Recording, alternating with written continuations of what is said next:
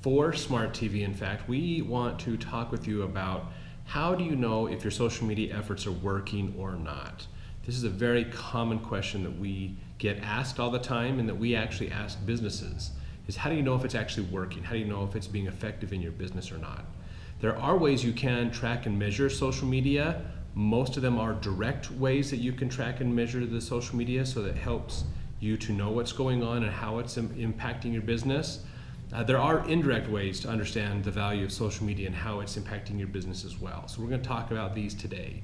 So if you have questions today about how social media impacts your business, let us know. We'd love to answer those questions.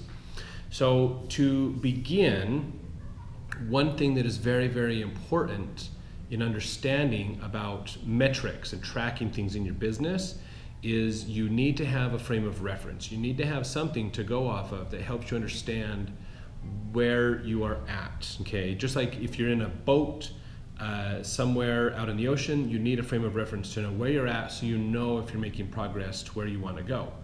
So one thing that's very, very important to understand are current metrics, current things that are happening in your business, and the goals that you have.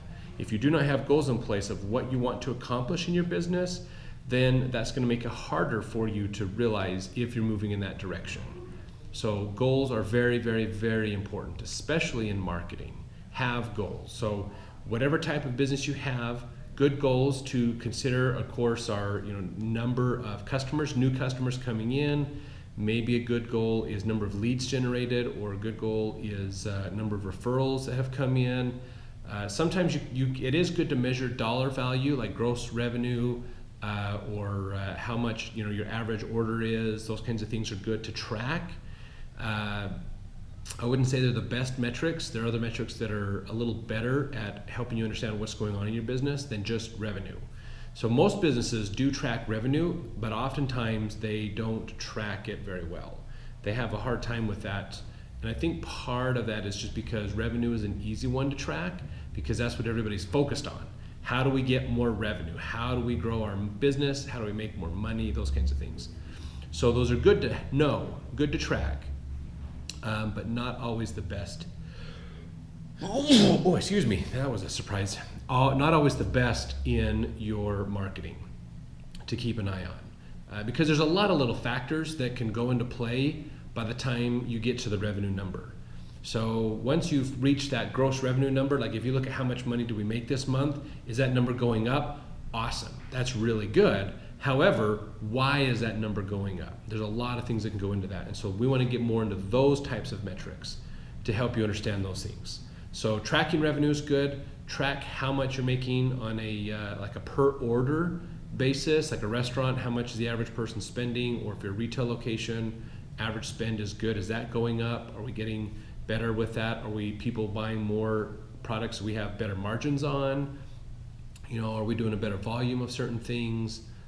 Those kinds of things. Because gross revenue can be manipulated, if you will, in as far as like you can lower your expenses dramatically, and that will make your gross revenue number look good in some ways. And so you want to realize that what's really going on. What is the story behind the numbers? So let's get into more of those types of metrics. So if you have questions as we talk today about how you can have more a better understanding of how social media is making a difference, that's the kind of things that we're talking about today. So thanks everybody for joining us. We love this, having everybody on with us on our live stream today for Smart TV. So one thing let's talk about one thing that's very important to keep track of in your business, and that is what we call the lifetime value of your customer. I want to ask you, sir. Sure, ask away, please. Would love to get your questions about online marketing, how you can measure your effectiveness of it as well. That's what we're talking about today. So the lifetime value of your customer is something that is very important for you to understand. That will help tremendously in understanding the value of your marketing. So lifetime value of your customer is something that's important to think about. So how much money does an average customer of yours spend at your business over the course of their entire lifetime?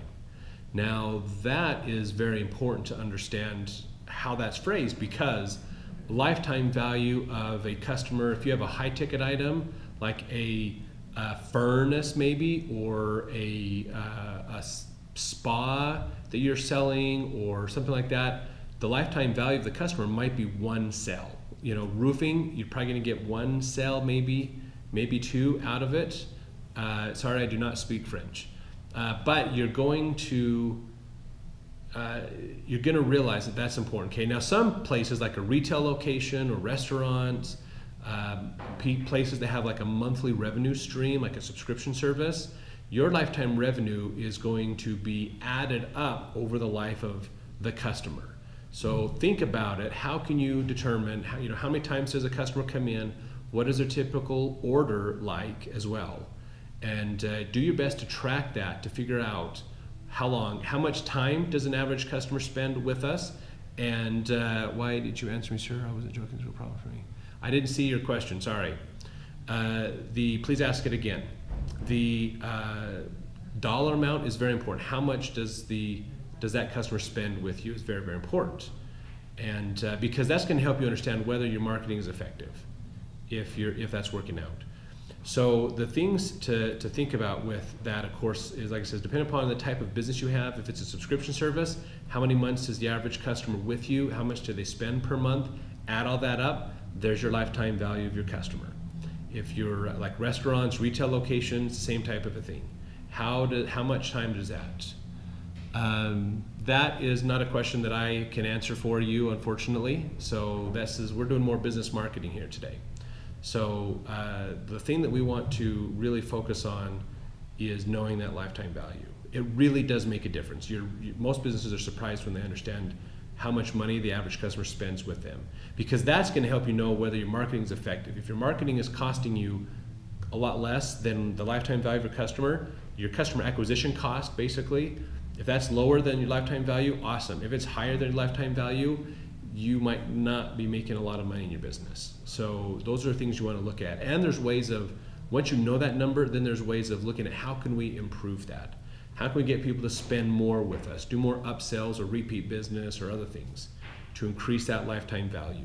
Those are very important. Another thing to consider with your customers is that are you getting referrals from them? What is the value of the referrals that you get from your customers? Those are going to be important things to track. So, because that's another part of the value of your customers, those referrals that you get. So those are important. So now if you do online sales, you go to websites, you're selling things online, then you want to look at your conversion rates as well. How many people hit your website and how many people buy, and what is that percentage between those two? Those are very important to look at. They will help you a lot. So those are the things you want to consider for your business, is that. So website conversions will help, because if you know, okay, my average customer is, let's say, $100, and I get a 10% conversion on my website, that means 100 people come, 10 people show up, that means I just made $1,000. I have $1,000 of earnings that I can get from that. Okay, so how much did it cost to get 100 people there? Oh look, it only cost me $30 to get them there, and I made $1,000. So that's really nice. So that'll help you get some ideas of the value. So the direct way to communicate with people or to gather that value is look at how many clicks. So I recommend having a unique link that goes to your website or to your sign up page or places like that. Have a unique link that you can use to track that just goes out on your social media sites. So that link, anybody that clicks on that link, you know is coming from a social media site. You can even put a separate link if you want in your email marketing to track the difference between those two as well, is a good thing to look at. The other thing you want to consider is also looking at the links you have on the pages themselves. Make sure that unique link is in there. So somebody goes to your Facebook page and clicks on the button, it's the same as in the post, the same type of links, you can track that. Now, if you want to get really granular, you can put a link on each individual social site and then track which ones you're getting more traffic off of. That's good to know as well. So the thing to think about, if you have a site, so let's say you're doing online retail or a sign-up page or something like that. So you get 200 clicks from Facebook or Twitter that go to that page, and you have a 10% conversion. So let's say you end up getting actually 200 people to the page, and then 20 of them sign up. That's not bad. that's a good thing to know. So that'll help you track it. Those unique links will make a difference to track that all the way through. Now, the other thing that you can do is if your business is one where you need to talk with people, they need to set up an appointment, they need to schedule with you, and so you do a lot of over the phone with them, consider that also. Put a call tracking number in place so that all the phone calls that come off of your content on social as well as off the sites themselves, that number should be the unique number that only is tracked through social media. So that helps you to know, oh, these are the calls I'm getting from social media. So what that means is the phone number that's on your website is going to be different than what's on your social media sites. That way you can track the difference between those two and go, oh, okay, here's where that difference is. I'm getting 10 calls a month off my website, maybe I'm getting 25 calls off my social or 5 calls off social or whatever it is. Then you know where those calls are coming from so that you can attribute that value back. So if you're getting those calls, then again look at what is your conversion rate on those phone calls. If they are somewhat of a colder call, they're calling in and they have some questions for you. Hello, thanks for joining us. Or if they're buying over the phone, how much is that conversion? How many of those phone calls buy from you? What is the lifetime value of that customer? And then you can calculate that and go, oh, look, my social media is generating this much in revenue for me in these ways. So those are direct ways to do it. Now, if you have questions about measuring the effectiveness of your social media, let us know. That's what we're talking about today on Smart TV. There are some indirect ways that you can track things on social media. So actually one direct way to track things on social, and this is sometimes is effective if you have a lot of walk-in traffic, like you don't sell online but you have a retail location. So sometimes that's hard to tell if it's making a difference or not because there's a lot of indirect things going on.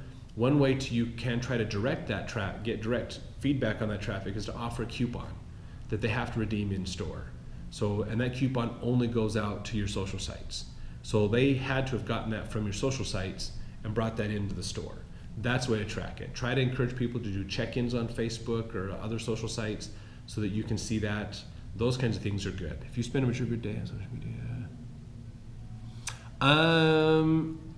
it can be. Now the thing about that, in fact, that gets us into a little bit more the indirect ways of measuring social media. Thanks for bringing that up. So the question was, if you get lots of activity and interaction on social media, is that a good measure basically of what's going on? It can be. That's the thing you got to realize. Now there are ways of artificially boosting interactions. There are ways of artificially generating likes and followers and things.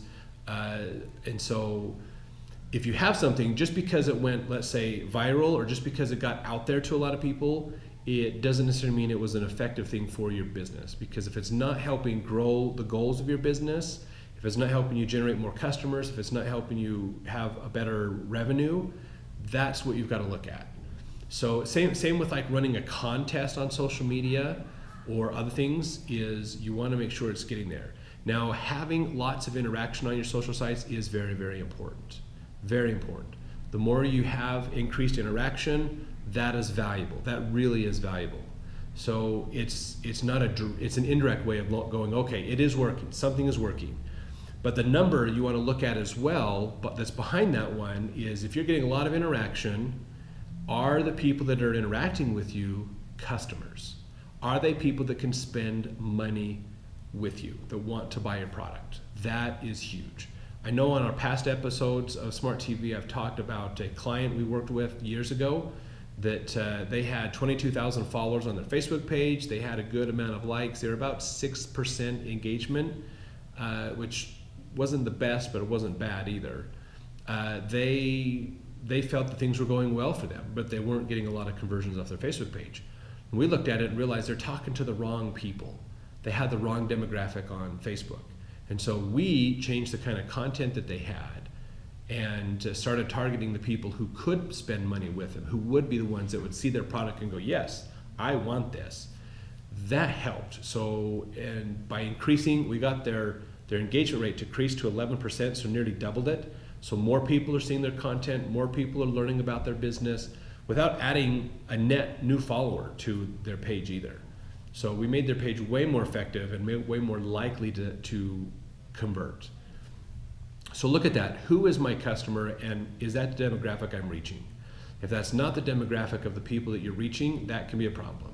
So a good example of that is if you are a restaurant, let's say in California, and you get a whole lot of people from like Indonesia or somewhere like that following your page. If they are located in Indonesia, they're probably not going to come shopping at your restaurant. It's just too expensive. So that's not going to be good. So you want to look at that and realize, if I have a shop, if I have a restaurant or a retail location, especially if it's a physical location that people need to come to, or you need to go to them, like in as a plumber or a landscaper or yard care, those types of businesses, you want to make sure that you are really reaching the local audience.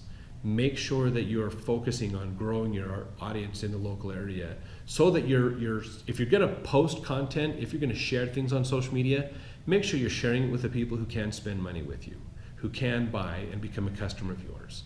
So connect those people in and work with them more. That's going to help you tremendously. So know that your audience, make sure your demographics is right, is very, very important. That'll increase your effectiveness, chances of generating sales off of social media.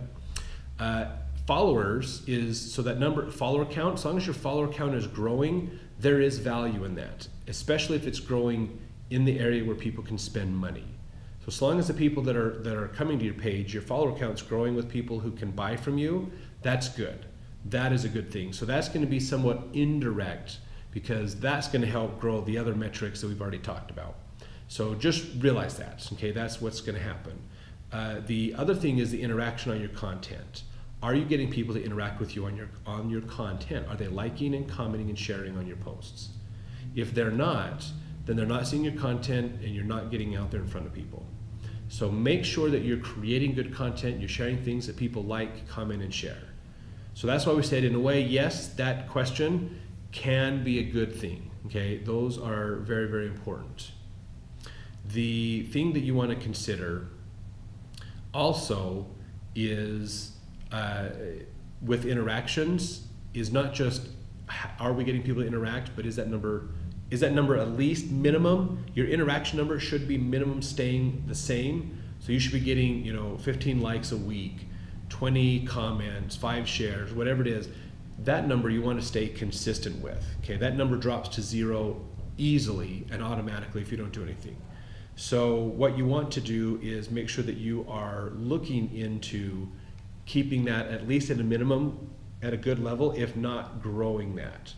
Okay, so comments are worth more than likes, and shares are worth more than comments. So shares obviously is huge, especially with some of the new things that Facebook has put out with custom audiences. You can build a custom audience based on people that are sharing your content.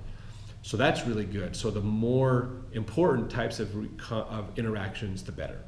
So those are things that can help you out with your business to make sure that you are measuring the effectiveness of it. So know your numbers, lifetime value of your customers, what is your conversion rate for your website, for your phone calls. If you have a physical location, consider running some coupons or things. Use some unique codes to help track the links that are going out there, so you know where these people are coming from, because only that link gets shared onto social media or onto your website, or your email campaigns as well. Make sure your follower count is built up of people who can buy from you.